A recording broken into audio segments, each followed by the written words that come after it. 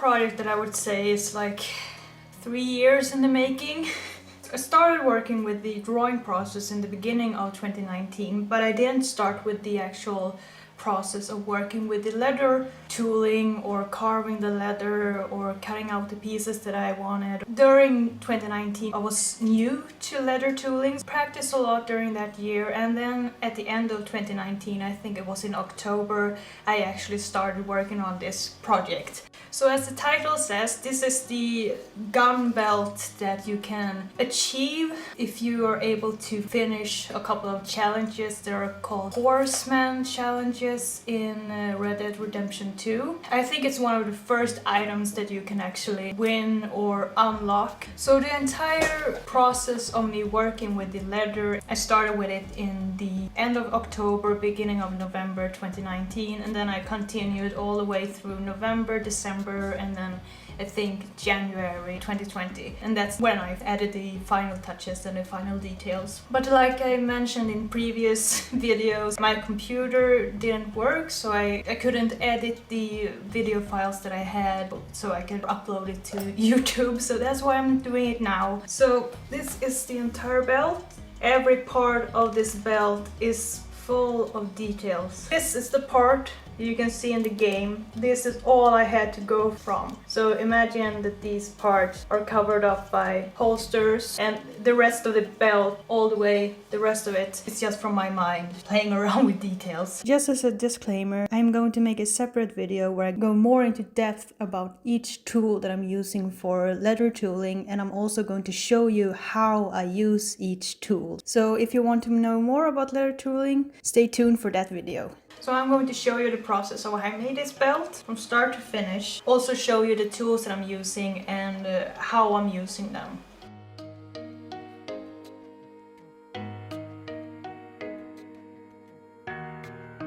These are the tools that I'm going to use. We have the swivel knife for carving the outlines, leather stamps for tooling, a leather maul, spray bottle with water, vegetable tanned leather 8 to 9 ounces, modeling tools for figure carving.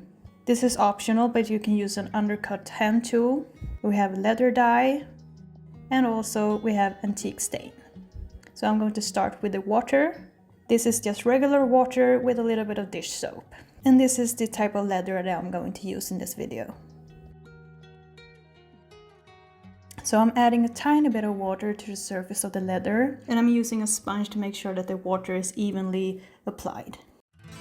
After the water had sunk into the leather, I'm going to carve all of the outlines using the swivel knife. Make sure that the leather isn't wet when you're doing this. You need to let it dry. It's just supposed to be a bit cool to the touch, and then you know it's ready for carving.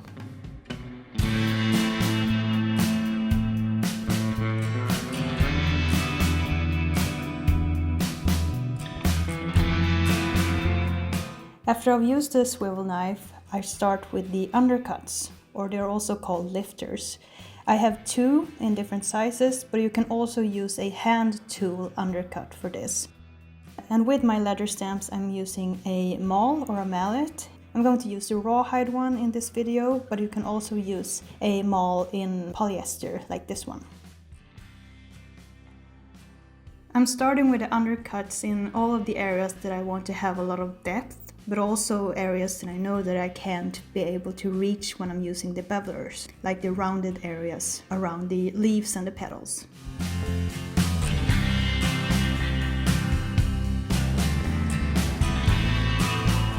Since I don't have a leather stamp that is for flower centers, I'm just having to be a bit creative, and I'm using a screwdriver with replaceable bits, and this bit looks pretty much like a flower center, so that's what I had to use. But it does the work just fine.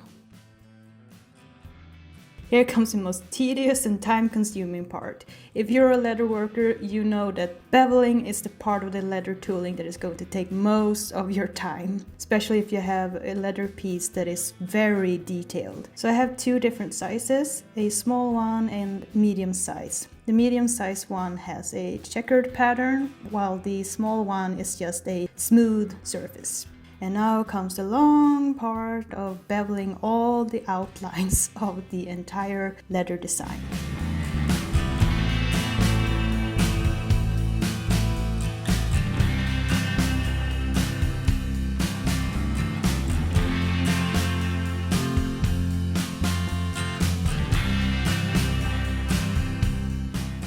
going to use the smallest beveler that I have for most of these outlines of the figure carvings that I'm going to do later, since it gives a very smooth, nice finish to all the outlines.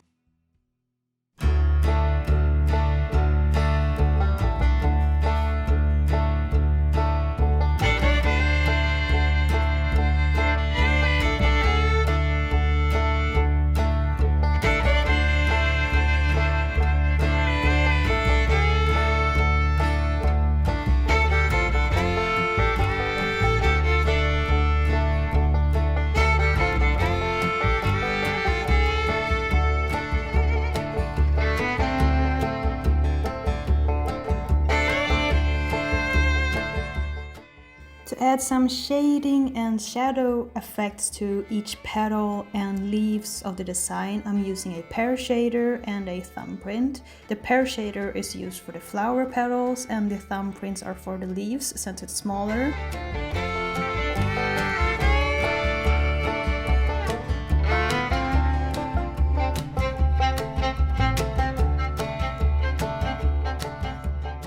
On the flowers, I'm going back and forth between the heel part and the front part of the thumbprint, depending on if it's a very narrow surface or if it's a wider surface to fill in.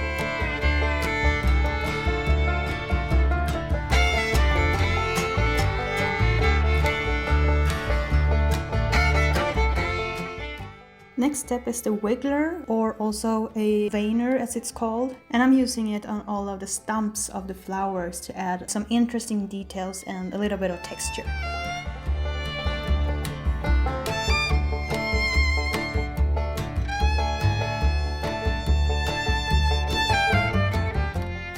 After I was done with the wiggler, I used the mule foot, which is a tool that I use to add a little bit of motion to the leather design. So I'm adding it in places where I think it's going to give a nice flow and motion to each of the vines that I have.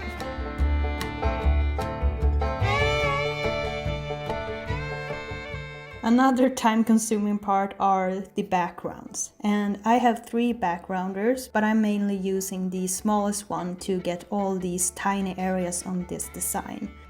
So here comes the long, tedious process of filling in all the backgrounds. But apart from the beveling part, I find that adding all of the backgrounds is so satisfying when you can see all the depth and how it makes the foreground pop, and all of the designs of the flowers and the leaves are just standing out much better.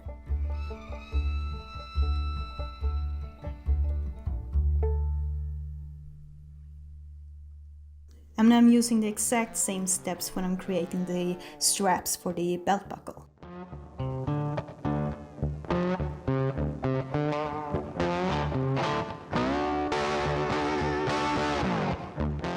When all the leather tooling was done, it was time for the figure carving, which is one of my favorite parts. So I'm using these modeling tools. I'm mainly using the red tools here. They have 2 different sides. You need to make sure that the surface isn't dry, but also it's not supposed to be soaking wet. So you need to make sure, like I said earlier, that the surface is cool to the touch. And then you just play around with rubbing the modeling tool all over the surface to burnish each part that you want to have more shadows in, but you can also add pressure if you want to add more of a relief effect or 3D. Then you can just play around with all different details to create a realistic effect on each figure carving.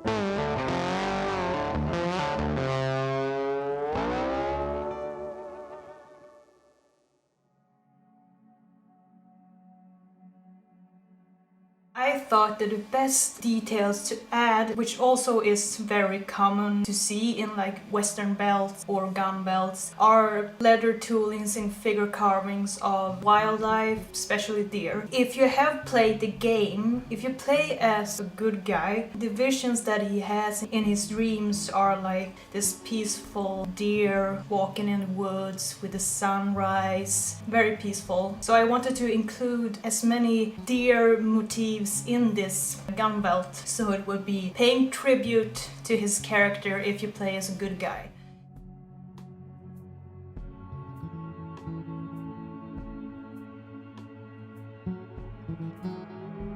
So these are the next set of tools I'm going to use. Some edge bevelers and liners, some tools for sewing, a stitching pony, a leather scythe, some burnishing tools, a small anvil, a hammer, some Chicago screws, and some decorative rivets. To prepare the leather for sewing later, I'm going to use a stitching wheel. I also have some edge bevelers and some liners. In this video, I'm only going to use the stitching wheel. Before I use the stitching wheel, I'm just going to, with my swivel knife and my utility knife, I'm going to remove the excess leather of the belt where the tooling design stops.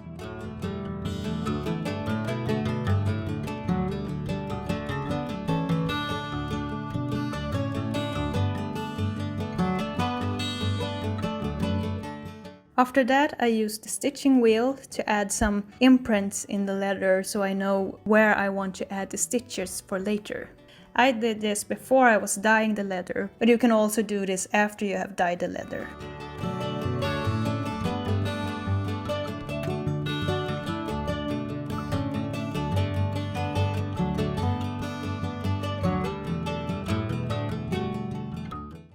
Next step is the leather dye that I'm going to use. This is Fiebing's Pro Oil Dye. I made a custom mix using walnut and I think it was golden brown or light brown. As you can see here, I had a test piece to see that I got the right type of brown. And I'm first painting the background using a brush with long bristles. And with Pro Oil Dye, as you see here, you're just supposed to dip the brush into the background. If your imprints in the background are deep enough, the leather dye is going to spread just by a tiny bit of dye. This technique will make it so much faster to paint the background since the dye spreads so easily if you have a brush with long bristles, since it loads up with paint. But you have to be a bit careful so the dye doesn't spread so much that it starts to go into all of the leather tooling that is in the foreground.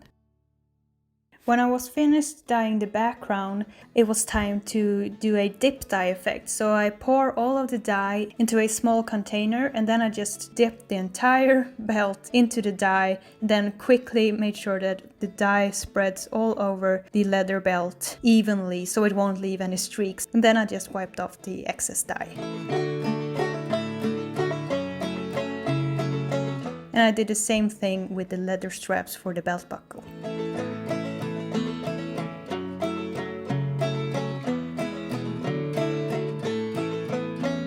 After the leather dye had dried, I used a leather finish called tan coat.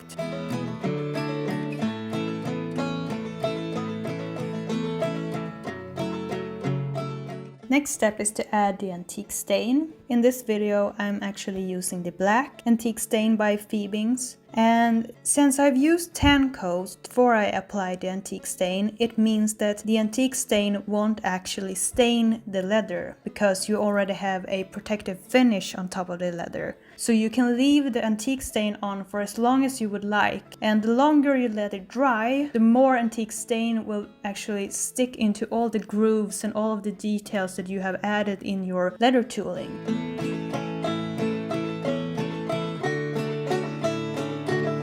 And then when the antique stain has dried, you can just carefully rub off the excess antique stain on the surface, just using like a sheepskin or just a sponge. You can remove as much antique you want until you're happy.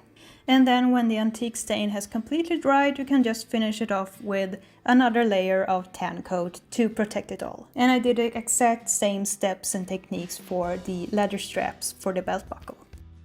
So this is what the leather pieces looks like, stained and dyed. And I have temporarily put the leather straps where they're supposed to be and all of the Chicago screws and rivets, so I get sort of an idea of what the finished result is going to look like.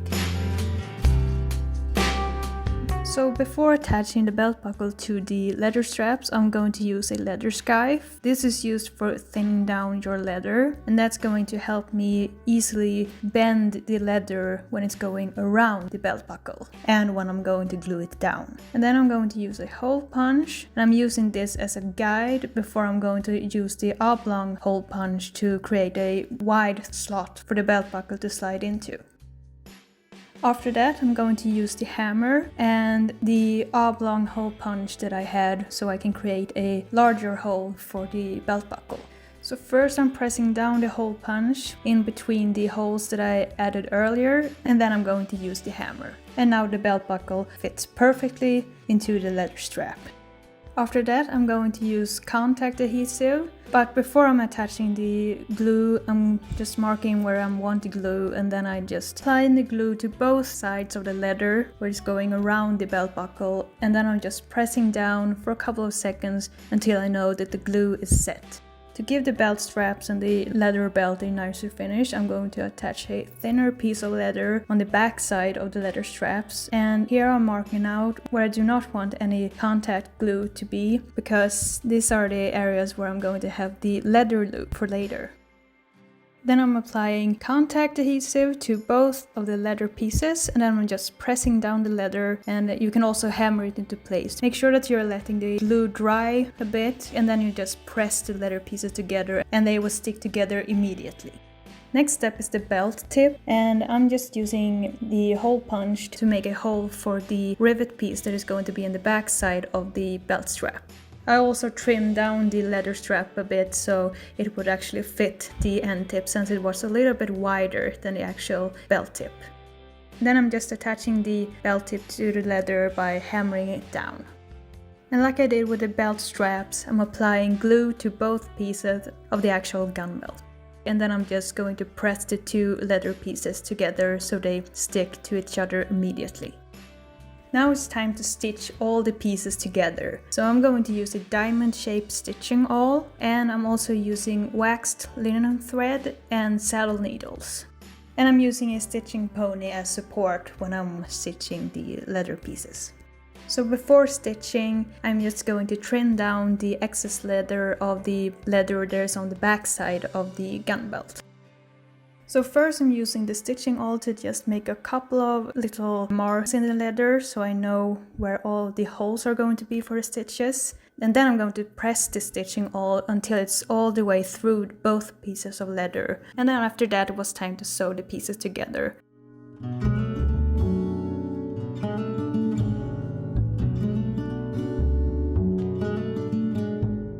In this video I'm not going to demonstrate how I'm actually sewing, I'm just doing a time lapse here, but I'm basically doing a saddle stitch, which is you using 2 needles when you're sewing. I'm going to make a video about sewing leather where I go more into detail, but here I'm just going to show you the process speeded up.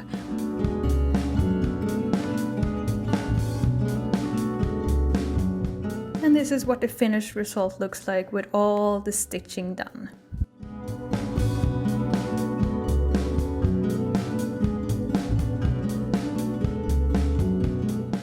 I made the belt the way it is in the game, like the stitches that I have here, they are pretty much almost all the way out to the edges, but if you're making real functional gun belts, I think you're supposed to have the stitches like a bit further in space from the edge to the actual stitches. But like I said, this is just inspiration from one of my favorite video games.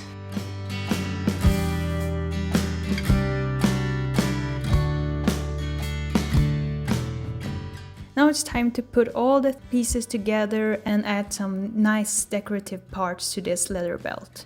So now I'm going to see where I'm going to actually apply the Chicago screws to the belt straps. So first I'm making a mark using my diamond shaped stitching awl, and then I'm just having that as a guide so I can punch a hole using my hole punch. I want the hole in the leather to be a bit snug, so I'm hammering down the Chicago screw into the holes so I know that the Chicago screw is going to actually stay there and not be moving around. So I'm just doing a test fit right now, and I'm applying the screw on the back side to see that it's all going to fit. And I'm doing the exact same thing to the other piece of the belt strap. So since I have a large hole now in this piece of the belt strap, I can have that as a guide and then make a mark where I actually want the belt strap to be attached to the gun belt. And I want the pieces to be glued down first before I'm going to use the hole punch. So you see here I'm using a piece of sandpaper to sand down the surfaces so I know the glue will actually stick. And I'm applying a little bit of glue to both pieces, and I'm using the stitching awl as a guide so I know that the belt strap is actually sitting in the right place before I'm using the hole punch. And then I'm going to use the hole punch to make a hole all the way through the leather so I can apply the Chicago screw and the screw back piece. And then it was time to screw the Chicago screw onto the gun belt. To make sure that the belt straps will actually sit in place, I'm going to actually stitch them to the gun belt. So you can see here I'm pressing each hole using the stitching awl, and then I'm going to stitch them all together using the saddle stitch method.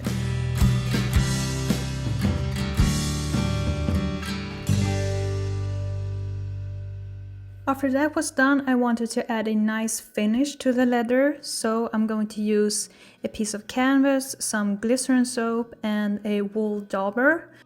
I'm first going to use the dauber, and I'm going to add a little bit of dye to each edge of the gun belt to give it a nice looking finished edge.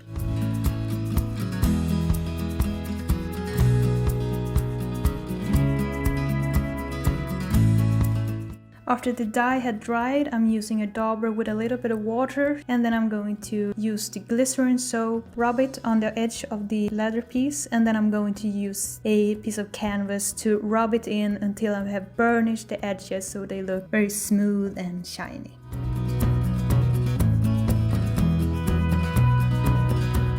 And here is the final step that is going to make this gun belt complete. These are some decorative rivets in a silver shade, and as you can see here, I am first pressing them down using a screwdriver. Then you can see that I'm actually using the hammer, but later I changed my mind and just decided to press them down by hand because I felt that the hammer actually flattened the rivets and made them look deformed. So I thought it was better to just press them down by hand using some other tools that wasn't too harsh on the actual rivets. And this is what the gun belt looks like with all the decorative rivets in place. Last step is the leather belt loop that is going around the gun belt. So I have a place here that is underneath the metal belt loop, and I'm going to use a measuring tape now to measure how long I actually need the belt loop to be when it's going around both ends of the gun belt. And for the leather belt loop, I'm going to use 1 to 2 ounces vegetable tanned leather. This is goatskin leather. Also measuring how wide the leather piece needs to be. So I'm just using a ruler and a mechanical pencil to mark out the length and width of the leather belt loop.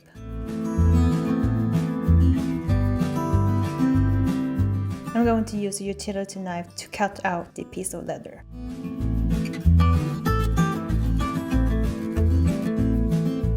Now I'm doing a test fit to see if the leather piece is actually long enough to fit when the gun belt actually overlaps when you're wearing it, because it needs to be wide enough for both pieces of leather to fit, and it seems to be a good length because the ends of the belt loop seems to overlap around almost an inch. But it's a bit thick, so I'm going to use a leather scythe to thin down the ends of the leather belt loop, so when I'm gluing them together the belt loop is the same thickness all the way around. And I'm using a scissor to trim down all the fuzzy edges that might be left after you use the leather skive. After that, I'm going to dye the leather, and I'm using dark brown by Freebeams Pro Oil Dye. And I'm also using a canvas that I used before to buff the surface of the leather piece, so it gives it a nice looking shine. The more you use the canvas, the more shiny the surface gets. And I'm also doing the same thing on the edges of the leather belt loop. Now I'm actually going to pull the leather belt loop all the way through underneath the metal belt loop, and I'm going to overlap the pieces and see that it actually fits, and it fits great. So now I'm just going to use contact adhesive like I used before, and going to put the glue on both sides of the belt loop. And then I'm just going to press the ends together until they are sticking and set. So I just quickly want to show you what the belt loop looks like when it's finished. You can see here the actual parts that I glued together of the belt loop, it's actually underneath this part. Because if I would have the ends of the belt loop here on the back side, that might actually increase the risk that the belt loop would actually fall off when you're wearing the gun belt, because it's rubbing against the fabric and all that. And obviously the most secure way to put on a belt loop is if you have like staplers or maybe sewing the pieces together, but I just made a quick belt loop here, glued it together, and then made sure that it was underneath this part. Since I'm not going to wear this gun belt like every day, this is going to be fine. This is just cosplay. If you're doing this for more functional gun belts, then yeah, maybe use some kind of stapler for leather, or just sewing the pieces together with a simple stitch.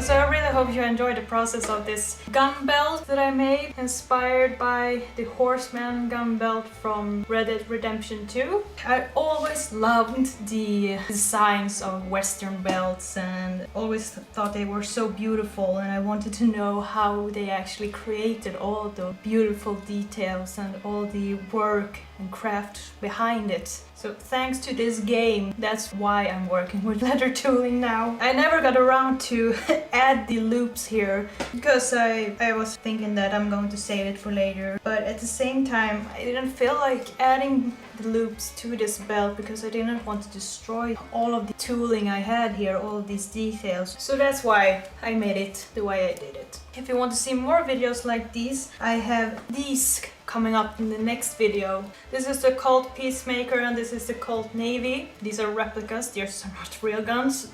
Don't worry about it. So these are, oh my god, I'm gonna try and see if I can do this. So I have made holsters and sheath for the knife, which is the same set series as the gun belt. Stay tuned for the next video where I show you the process of these. But that's all for this project. Thanks for watching, and I'll see you in the next video.